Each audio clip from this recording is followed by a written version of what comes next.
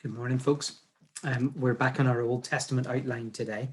And we're looking at the life of Joseph. So we looked at Isaac and Jacob last time, and we're looking at Joseph. Remember Abraham, we said he was the key person in the Old Testament, that God made promises to him that then he keeps through the people of Israel all the way through. And so Abraham and the promises are central to what we read in the Old Testament. And Abraham's son was Isaac, and Isaac had two sons, Jacob and Esau, and Jacob had 12 sons, and one of them is Joseph. And we're going to look at the life of Joseph today and see what we can learn from it. As we come through our program, remember some of the things that we're saying about the Old Testament that we'll see again and again. One of the themes is that it's God showing himself. It's a plan for God to reveal himself. If God comes to you face to face, you die. There is no way to see God's face and live. And yet, God wants to show his presence and be with men. He desires a relationship with men and women. And so the problem that man has, his sin, is huge. He's nothing like God, and it causes a great problem because he has no right to see God or to be with God. And yet God intensely desires a relationship with him. So there's a tension then between God and men, and between how God can deal with men. One is to deal with him justly, to punish him as he deserves, that we deserve punishment. And the other one is to find a way to show mercy. And God tries to show mercy. But sometimes we take mercy for granted, and it leads to a lot of problems. In the middle of it all, God's promises remain. And through the Old Testament, we see lots of promises. We talked about a few of them. The promises he made to Abraham, but also promises he made to others. And those promises are important to us because we need them to be true too. We need, in particular, the promise of the Messiah, the one to come who would resolve all these things. We need that to be true. So as we look at the story of Joseph, we're going to see how God related to him. And God makes him promises through dreams as a younger boy. And then it takes a long time for God to fulfill those promises. What you'll see here, and I hope you get this, is that it's not just about getting you to the point that God wants to get you to. He wants to work on who you are and strengthen your relationship with him and make it more real. I suppose God could have made things easy for Joseph and for Jacob's family, and he didn't. And we think, oh, well, God mustn't have meant good for them, or God doesn't care about them then. That's not it. God really does care for this family. This family becomes the nation of Israel. But God cares so much that he won't just let them plod on and do what they like and behave all sorts of badly. And we'll see that again when he comes to the nation of Israel and he works with them. He doesn't just let them away with running off on them and cheating on them. And God wants to keep them close. And sometimes the way to get close is to go through trials together. And Joseph goes through a lot of terrible things. We'll see that in his story. We'll come to his story in a moment. But it doesn't mean that God has forgotten the promise that he made, or that God doesn't care, or that God messed up somehow.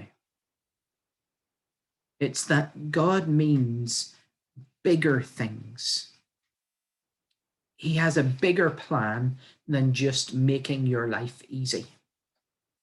And this can be a real problem for a lot of people who struggle, who are on the verge of believing God but won't. Because they think bad things mean God is absent. Our God is able to be present even when bad things happen. Not that he causes those bad things or is the one who is responsible for sin, but he uses it to bring about even greater good. And we'll see that in the story of Joseph. I hope that comes through, and I hope we'll summarize with that as well so you can see what I mean.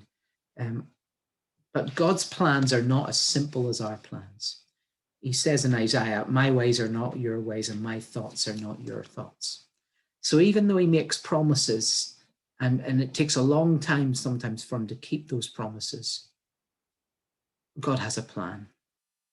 So let's look at, again, just briefly at the timeline. Adam and Eve, remember, they fell, and then there was a whole lot of different fathers, and we can read Adam and his son and his son and his son and his son all the way through to Noah, and then we can read from Noah through to Abraham. And we can see the people that lived and how long they lived for, and some of the descendants that lived to be hundreds of years old before the flood. After the flood, they don't live to be so old, and Abraham lives to be older than most people. I think it's 150 or 180 or something. He lives a long time. But as time goes on, people live shorter and shorter lives. We see Isaac and Jacob, and God works with them specifically. And God calls Jacob, and when he wrestles with Jacob, he says, your name will be Israel. Israel means the one who struggles with God, the one who wrestles with God. And it's not just because Jacob wrestled with God, but it's because his people, his children and his children's children and generations to come would all struggle and wrestle with God. And so it's important that when we come to Joseph, we see this is God's plan through Abraham, that Joseph is a part of it. And what happens to him is not because God has forgotten, but because God is in the middle of everything. So we read the stories of Joseph, starting in Genesis chapter 37, essentially. His birth comes before that. But in chapter 37, we start to read about the story of Joseph. And it goes on right through to chapter 50 of Genesis, the story of Joseph. Joseph was one of 12 brothers, and there were some sisters as well. 12 brothers.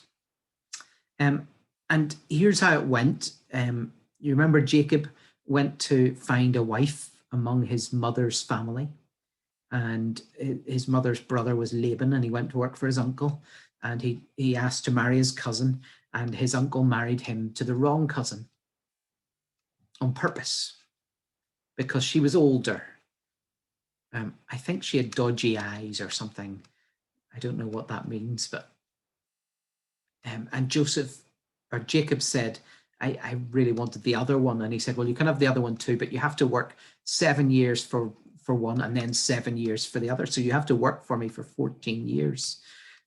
So Jacob does that. And then he works another 6 years to get rich. But the older, less pretty wife, the one that he didn't really want, started having children. And she made fun of the younger one who couldn't have children. And so there was a tension between Leah and Rachel. And so the first son is Reuben, and then Simeon, and so on. And they start having children. And then Rachel gets really upset. So she says to Jacob, why don't you take one of my servants as a concubine, and I'll have children through her. So he takes one of her concubines and starts having children with her. And then Leah says, well, if she's going to have children through concubines, so shall I. So now he's got 2 wives and 2 concubines, essentially 4 wives. And the 2 concubines and Leah are having children. And Rachel's really upset because she can't have a child. And then after all of the other 10 sons, Rachel then conceives. And she has 2 children. The first one is Joseph, and the second one is Benjamin. And because Rachel was really his beloved wife, Jacob loved Joseph and his brother Benjamin more than his other 10 sons. Now, that's not unfair. It's the way it is. They were special. This was a promise This was his bride who hadn't been able to conceive, and all the more precious for that finally she had children, and they were these two boys that mattered so much. But to the brothers, that seems harsh. That seems very unfair that he would promote them, even though they were the youngest brothers and the runts of the litter. Why care about them more than us? We do great things for you. We're your family. We're your sons. But Joseph gets a special coat of many colors from his father. Not just because all of them got it, but because he was the favorite. You're my favorite son. That was always going to be a tension between Joseph and his brothers. I don't know if you've ever seen the play Joseph and the Amazing Technicolor Dreamcoat. It tells the story of Joseph without God in it, and it's really frustrating, especially when, for example, one of the songs says, any dream will do. Well, any dream will not do. God gave Joseph his dreams, and that's why they matter. God is in this story, and that's why it's important. Taking God out of the story leaves you with nothing. So Joseph and his 11 brothers are living with their father, and Joseph is young, and he comes running into the brothers and he says, I have just received a dream from God. Not only am I my father's favorite, I'm God's favorite too. You're all going to bow down and worship me. As you can tell, that didn't go well. His brothers were not happy about this. He was gloating. He was rubbing their faces in it. It's funny, being somebody's favorite doesn't necessarily mean you're a nice person. I know this because I'm my mum's favorite. Don't tell my brother or sister. But it doesn't guarantee that you're a nice person. And Joseph really was not. He was arrogant. He was proud of himself. I'm the best. And they were a rich family. Esau's family, Jacob's brother, had to move away because both of them were too rich that they couldn't share the same piece of land.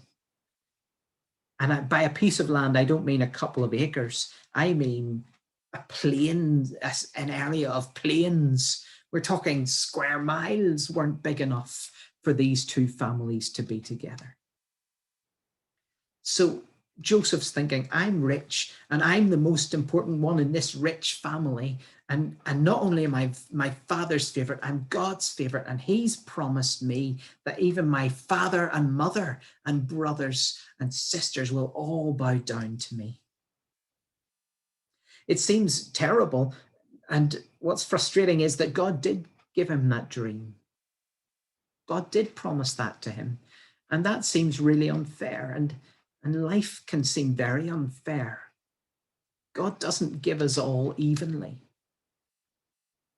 I wish I could explain sometimes, maybe if we did this better or did that better, God would be nicer to us. God would favor us. But it doesn't work like that. Just as Joseph isn't favored because he's brilliant and nice, he's also not given a wonderful and easy life because he's the favorite. Does that make sense? Not only is he not the favorite because he's perfect and great, he's not. He's a bit of a mess when he's a boy. But also the other side is also true. Just because he's a favorite doesn't mean he'll have an easy life. And what happens is they're out and he's winding up his brothers again, and they decide they're going to kill him. Now, the oldest brother eventually thinks, well, I don't want to kill him. I just don't want him here. What I'll do is we'll put him in a pit for now, and I'll come back later, let him out, and then tell him to get away from here before he gets into trouble. But the other brothers are sitting there, and Ishmaelites come along. Now, remember, Ishmael was their grandfather, Isaac's brother. And so some of his family are passing by. And remember, when it talks about Ishmael, it says his family never got on with any of his brothers. So these guys are not friends. But one of the brothers says, look, if we just kill him, we don't get anything out of it. We could make a bit of money by selling him to these guys. So they get him out of the pit and sell him to these Ishmaelites or Midianites or Midianites, depending on which verse you read. And so he sends them, they send him away. They think, who cares? He's going to be a slave. We don't care what happens to him. And they got some silver for him. And they hid it from their father by taking his special coat, dipping it in blood and tearing it up a bit. And they go back to their dad and say, I think, is this Joseph's coat? We think it might be. And we think wild animals might have got him. Jacob's seriously upset. And he says, well, he was my favorite and I'm going to mourn him forever. And they sort of say, well, you'll get over him. And he said, no, I never will. They thought maybe by getting rid of Joseph, they would become favorites of their father. But Jacob was not like that. And so Joseph's gone, but the brothers are no better off. And so they stay in Canaan and they live there. Jacob's taken by these Midianites and sold to the Egyptians. Not to any Egyptian, actually to one of their army officers. And while he's in the employ or the service of the army officer, he's a servant, he does everything well. And because he does everything well, he gets promoted as a servant. He's not just servant anymore. He gets promoted to be better servant and higher servant and up the ranks. And so you can read about Joseph in chapter 39, that Potiphar left him in charge of everything. And the thing is that God was really with him. Although Joseph didn't do everything right and had annoyed a lot of people, God was genuinely with him. So when Joseph went to do something, God went with him. And so when he served Potiphar, God went with him. And everything that Potiphar had increased, was blessed, because God was with Joseph. And so he kept promoting Joseph until he was head of the household. And Joseph didn't try and take over. He didn't think this is going to lead to me fulfilling my own prophecy, my own dream that God gave me. He just served faithfully.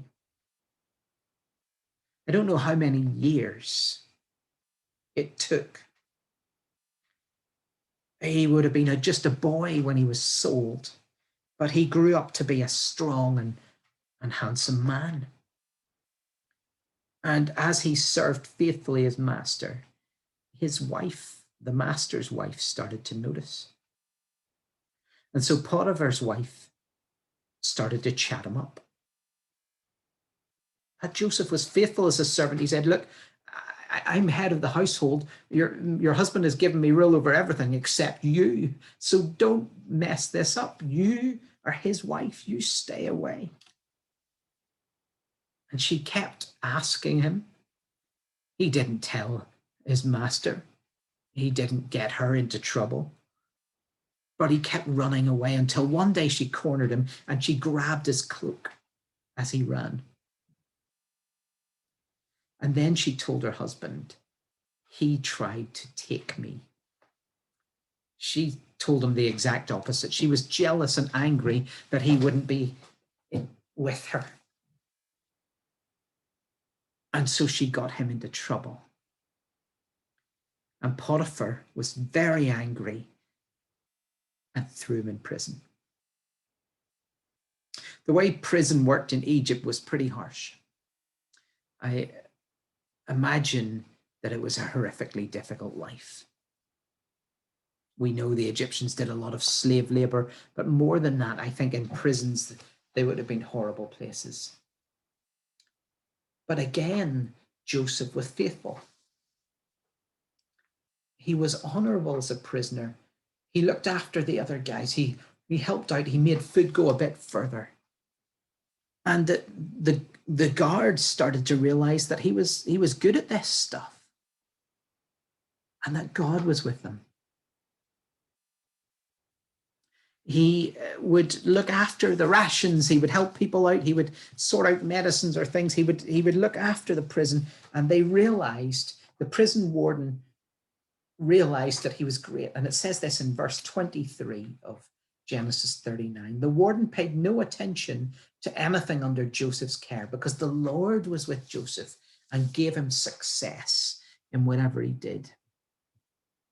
Because God was with him, if you gave him a job, it got done, and it was done well, and it worked. And so here's Joseph, promised by God to be worshipped by his brothers, and he's got sold into slavery, beaten up, sent to prison, and left there to rot. But even there, even in the darkest place, God is with him. He meets two other prisoners, one who had been the cupbearer and one who had been the baker for Pharaoh. And they must have been put in prison. Maybe Pharaoh thought someone was trying to take his life. And so they're put in prison. And they have dreams.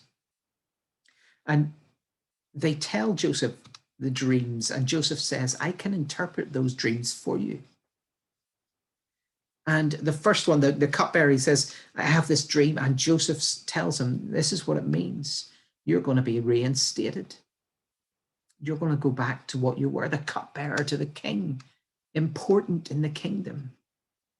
And he's so grateful that Joseph would answer. And he was thankful for it. And the baker heard it and thought, well, if his dream is good, probably mine will be too. So he tells Joseph, and Joseph said, I'm sorry to say this. That's not good news. God is saying that Pharaoh's not going to forgive you and you're going to be hanged, well, tied up in a tree and left to rot. And both those things came to pass just as Joseph had promised or had predicted or God had told him through these dreams. So the cupbearer to the king goes back to the king, and Joseph thinks, oh, hopefully he'll put a good word in for me. Hopefully between how I'm working with the guards and how he's getting on, I'll get out of here soon. But it doesn't happen. I think if you think of his father, Jacob, remember, he's trying to always work out a scheme to get through something or to work it out. And Joseph is also very good at schemes and plans. And he's thinking, maybe these things will come together and I'll get out of here. But it doesn't happen. You see, even with the promise of God, and even with good behavior, and even doing all the things you're supposed to do, there's no guarantees that everything works out the way you want it to. And Joseph is still in that prison. In chapter 40, it finishes like this in verse 23. The chief cupbearer, however, did not remember Joseph. He forgot him. And that's it. Joseph's still there. He's remembered by God, but he's forgotten by his brothers. He's forgotten by the cupbearer that he helped. He's forgotten by Potiphar, who he faithfully served. 2 full years go by where he continues to be faithful in the prison, but has lost his hope of getting out. But then God does something. God gives Pharaoh a dream that makes him afraid. He doesn't know what to do. And so he calls his interpreters and he says, tell me what my dream means. And they say, well, tell us what your dream was and we'll tell you what it means.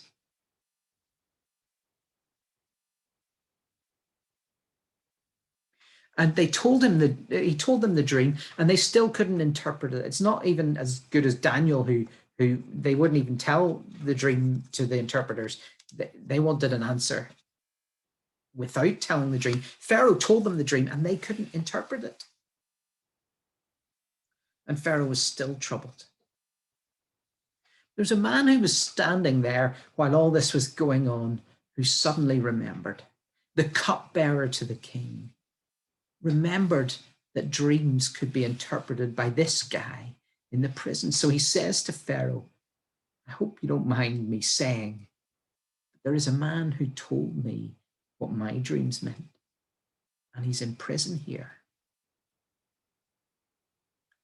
So Pharaoh brings him out of prison,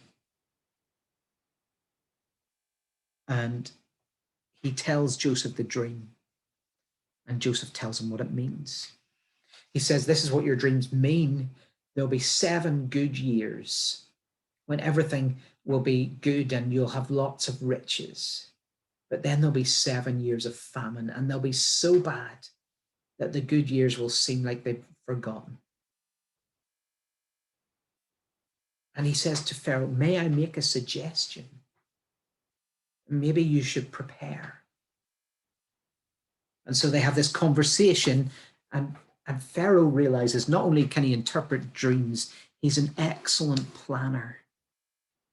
He has an idea of what to do here. And so he says to Joseph, well, because you've interpreted my dreams, I will raise you up to the highest rank. You'll be number 2, prime minister of Egypt. And so Joseph sets about putting in place his plans. He starts gathering the crops from the good years. He takes them in and stores them up in abundance. He doesn't overuse what's there. He gathers it and stores it. And everybody thinks, yeah, we're having a great time. Everything's going well. Everybody's eating well. And he knows that this is going to come to an end after 7 years. So he stores it all up. And then to help Pharaoh get even richer, when the famine comes and people start to starve, he sells them the grain by buying their livestock, by buying their land. So Pharaoh gets richer and richer and richer until he owns everything. And the people basically serve Pharaoh because he's the only one able to feed them. I'm sure Pharaoh, like Potiphar, like the keeper of the guards of the prison, realized that whatever you put in Joseph's hands will be done well, that he's trustworthy. The thing is, the story of Joseph isn't really about him being faithful and trustworthy. It's about God being with him. It's about God's plan all the way along. And you can see that Joseph has all the skills to be a great leader and would have, done well with his father's family because his father would have given him everything and he would have ruled over his brothers and he would have had the capability of doing it. But God isn't just about capability. God isn't with you because you're capable. I'm not a minister because I'm the greatest preacher ever or because I'm capable of helping people or because I do the right things. None of that is true. God is with Joseph. The success comes not from Joseph being faithful and doing everything right, but from God being faithful and always being with Joseph. And all the way through the story, you read those little verses like the one we read where it says, God was with Joseph and gave him success. And because God was with him and because God had given him promises, Joseph expected his life to be easy, but it wasn't. It was incredibly hard. But God was doing more than just helping him out, making him have an easy life. That's not the evidence that God is with you. What happens at the end is that his brothers, after 2 years of famine, go down to Egypt looking for help as well. And it's Joseph they find there. That's a much longer story. We're not going to get into all of it. But Joseph reveals himself and he says to his brothers, it's me, Joseph. Obviously, he's Prince of Egypt now. He's the prime minister, and they never thought that Joseph would be there. They thought he had died. To them, he had died when they sold him. And they bow down just like God had promised in the first place. But the reconciliation is about more than that. It's not just about going back to where they were, getting the relationship right again. There's more than that. And I think it's a bigger picture of what God is doing overall with sin. We think because God has let sin happen, why do bad things happen to good people? And we question God and we say it's not fair and it's messy and it's not right. And why would God do that? But the end result has to be even better for God than the beginning. They could have stayed in Canaan and lived off the land there, but they would very quickly have forgotten God. By taking them out of Canaan into Egypt and providing for them there and giving them riches there and making them very important there, the people of Israel become stronger and bigger. And then God can lead them to the greatest event in the history of Israel, the Exodus. All of this has to lead to God's bigger plan. It wasn't just about Joseph being bowed down to. It was about changing Joseph to be a man who is worth knowing, who has character. Joseph wept for his brothers. He cared about them. At the beginning, he wanted to lord it over them. And at the end, he weeps for his brothers. And he's so determined to see his father and his little brother Benjamin. He becomes a genuine, caring, valuable, positive human being because God is with him all that way.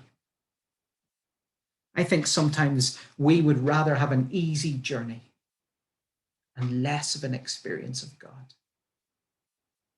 But Joseph is this picture of what God means. See, the easiest journey of all is to never give us free will, to let man be man without sin and plod along on this earth. But God allowed Adam and Eve to sin because something better comes out of it. Man isn't just meant to be for this earth, he's meant to be for heaven.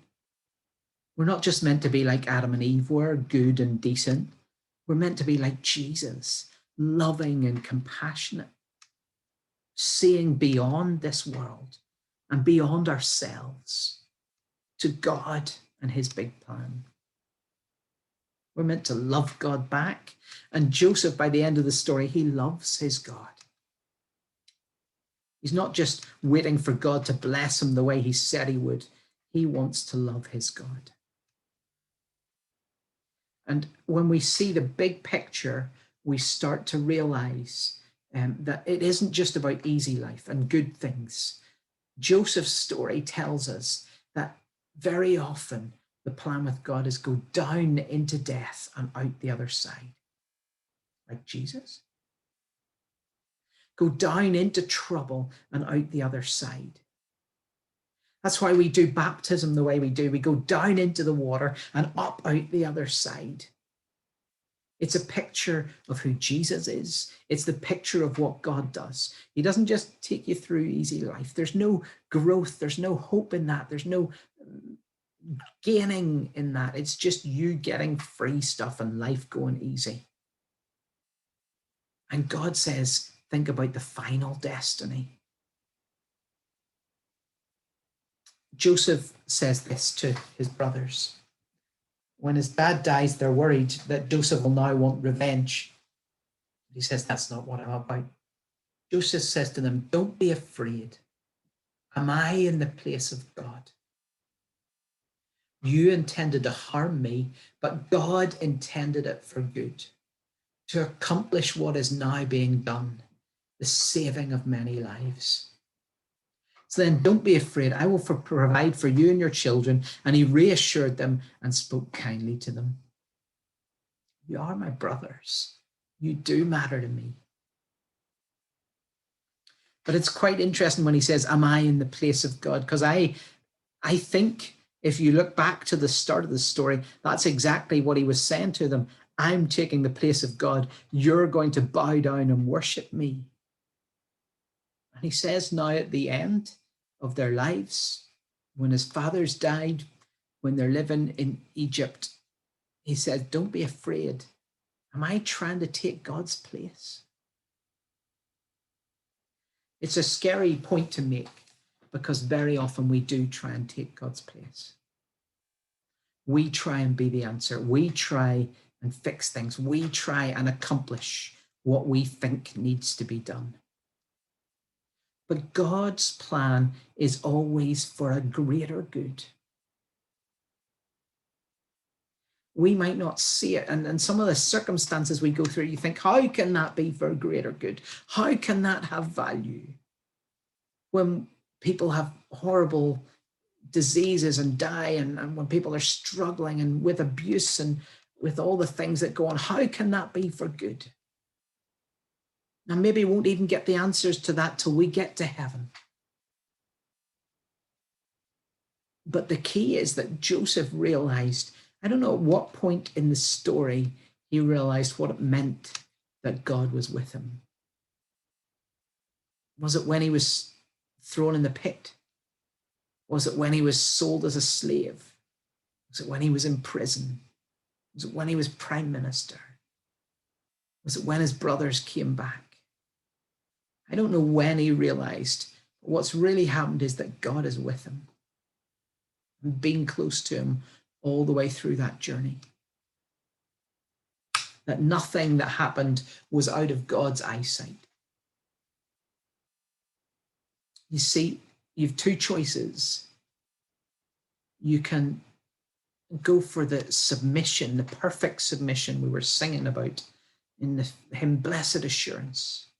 Perfect submission, all is at rest. And you think, all is not at rest. This life is messy. How can it all be at rest? Because I'm not taking the place of God. Let God be God. Let his plans work out, and you'll eventually see that it's for good. And people do mean you harm, and difficult things do happen, and problems do invade your life. And you think, how can that be? And God says, wait until I'm finished. Wait till I get you to where we're going. Then you'll realize what I've done. Whether you're struggling with difficult things, if you're struggling with difficult things, you need to let God be God. I know we want to blame God for those things, but Joseph's right, and his story tells us we don't have a right to blame God. We see the end result, and the end result isn't Egypt. It's the Exodus. The end result isn't just providing for his brothers. It's providing this event that the nation of Israel still talks about today with the Passover. And their key festival is to remember this event. We were released from Egypt. We were set free by God. God has been with our nation since that day. We know because of that day. And all of that came to place because his brothers tried to harm him. I wish I could explain when I see the terrible things that people go through. I wish I could explain to them that God loves them and that the circumstances don't change that. Joseph tells them that by his example. We go through the worst of things and God is still there. We think that God is a God of karma. Well, not the God of the Bible. In my experience, karma is a load of rubbish. People who do good things have terrible things happen to them. And some of the worst people in the world get away with murder, literally. mass murder. And like the psalmist Asaph, it can seem so unfair. It can seem, why would God let bad things happen? How can God do that? That can't be right. Bad things happen to good people and good things happen to bad people. Where's the karma in this world? And God says, I'm not a God of karma. And the psalmist Asaph, read Psalm 73. If you want to follow up on Joseph's story, read Psalm 73. It says it looks like the best people get the worst things and the worst people get the best things. And I nearly lost it. I nearly lost my faith. But then God. And it's really interesting what the psalmist Asaph says. My feet had almost slipped. When I tried to understand all this in verse 16, it troubled me deeply till I entered the sanctuary of God, and then I understood their final destiny. Until the end of the story, it seems like the good get bad and the bad get good. And it seems very unfair. We say, where is God in that? But our God is not a God of karma. Our God is a God who has a plan. And he wants to bring us to heaven. And he wants to present us there. Jesus says he wants to present us spotless and blameless, flawless, as his bride to the Father. And the Father wants to present the bride to his Son. Beautiful, without blemish. And those things are meant to say that God has to work out some of the mess in our lives. God has to change who we are. But the key is not then to say, well, I don't want to change. I don't want that. I'll be God, not you. Joseph says, am I in the place of God? No. No, the key is to understand that you intend harm, but God intends good. And to see that God will lead you through and bring a plan together that is the most beautiful. I don't think God shows you beautiful things and then leaves you lost. He will fulfill what he promised. Just as with Joseph, he fulfilled those dreams and more. Through the hard times in the middle, God's plan was never broken. He'd never gone to plan B because we messed it up. He'd never lost sight of what he was trying to do. God prepared the way for Joseph, and he'll prepare the way for you. I hope you can trust him like Joseph did. If you feel like you're in prison or you're a slave or you're broken or you're lost or you're in the pit, the answer is not to find your way out, to bring the schemes and the plans that Joseph had in his head. The plan is just to cry out to God and leave it with him. And he will eventually bring around what he has planned to do. I hope that's been helpful to you as we've looked at the story of Joseph.